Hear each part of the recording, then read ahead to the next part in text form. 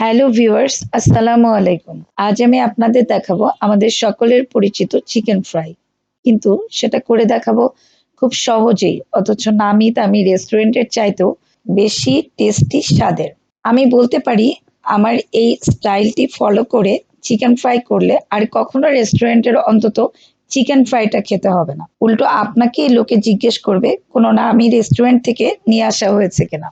আসলে আমার হাসব্যান্ড বাইরের চিকেন ফ্রাইটা একেবারেই খেতে চাইতো না, কারণ কখনো তার কাছে গন্ধ লাগে, আবার কখনো লবণ মরিচ কম লাগে, অথচ দামটাও অনেক বেশি।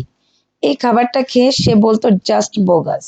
তো স্বাভাবিকভাবেই আমার চেষ্টা ছিল একদম পারফেক্ট চিকেন ফ্রাই করার, আর তাই আমি সর্বোচ্চ চেষ্টা দিয়ে এই রেসিপিটি করেছি। সে তো এখন একসাথে 7-8 পিস খেয়ে নেয়, ছেলে মেয়ের তো কথাই নেই। তো আজ আমি এই রেসিপির জন্য নিয়েছি 2 কেজি ওজনের চিকেনের 12টি পিস। সেগুলোকে ভালো করে ধুয়ে পানি ঝরিয়ে নিয়েছি। আর এর মধ্যে ব্যবহারের জন্য আমি নিয়েছি 1.5 কাপ পরিমাণ চালের আটা ও 4 টেবিল চামচ ময়দা, কর্নফ্লাওয়ার, সয়া সস, ডিম, টমেটো সস, 2 টেবিল চামচ লেবুর রস, গোলমরিচ, মরিচ, গোলমরিচ, লাল মরিচের গুঁড়া এবং লবণ। তাছাড়া ভাজার জন্য তো তেল রয়েছেই, 1 থেকে 1.5 কাপ।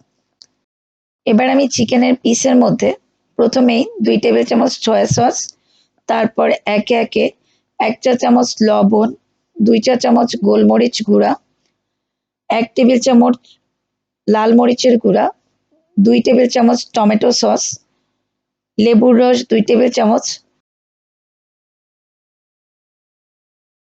এবং একটি ডিম ফেটিয়ে নিয়ে সেখান থেকে অর্ধেকটা ব্যবহার করেছি।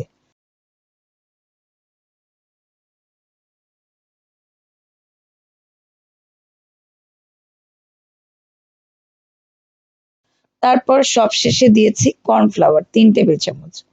এরপর খুব ভালো করে মিক্স করে নিলাম 4 মিনিট ধরে। এরপর আমি প্রায় 4-5 ঘন্টার জন্য মেরিনেট করতে নর্মাল ফ্রিজে রেখে দিলাম। 4 ঘন্টা পর আমি ওই যে চালের আটা এবং ময়দা নিয়েছিলাম, সেটাকে একসাথে আধা 1 চা চামচ লবণ দিয়ে মিক্স করলাম। এরপর একটি প্যান গরম করে তাতে 1 কাপ তেল ঢেলে গরম করে নিলাম। এখন আমি একটি একটি করে চিকেন নিয়ে আটা ময়দায় ভালো করে এভাবে ডুবিয়ে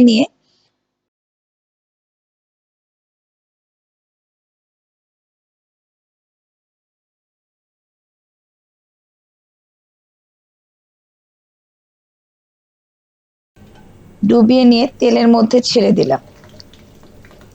চুলার আঁচটা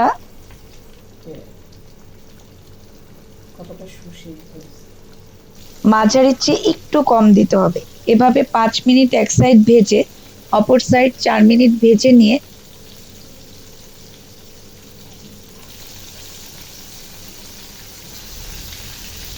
একটু এপাশ ওপাশ করে তেল থেকে উঠিয়ে নিলাম। এখন আমি একটি প্লেটের উপরে বিছিয়ে চিকেন ফ্রাইগুলো রাখবো, তাতে এক্সট্রা তেলটা চলে যাবে টিস্যু পেপারে। এভাবে প্রতিটি ব্যাচ ভাজতে আমার 9 মিনিট সময় লেগেছে। এই চিকেন ফ্রাই সস দিয়ে নাস্তা হিসেবে অতুলনীয়। তাছাড়া ফ্রাইড রাইস, পোলাও, এমনকি সাদা ভাতের সাথেও চমৎকার লাগে।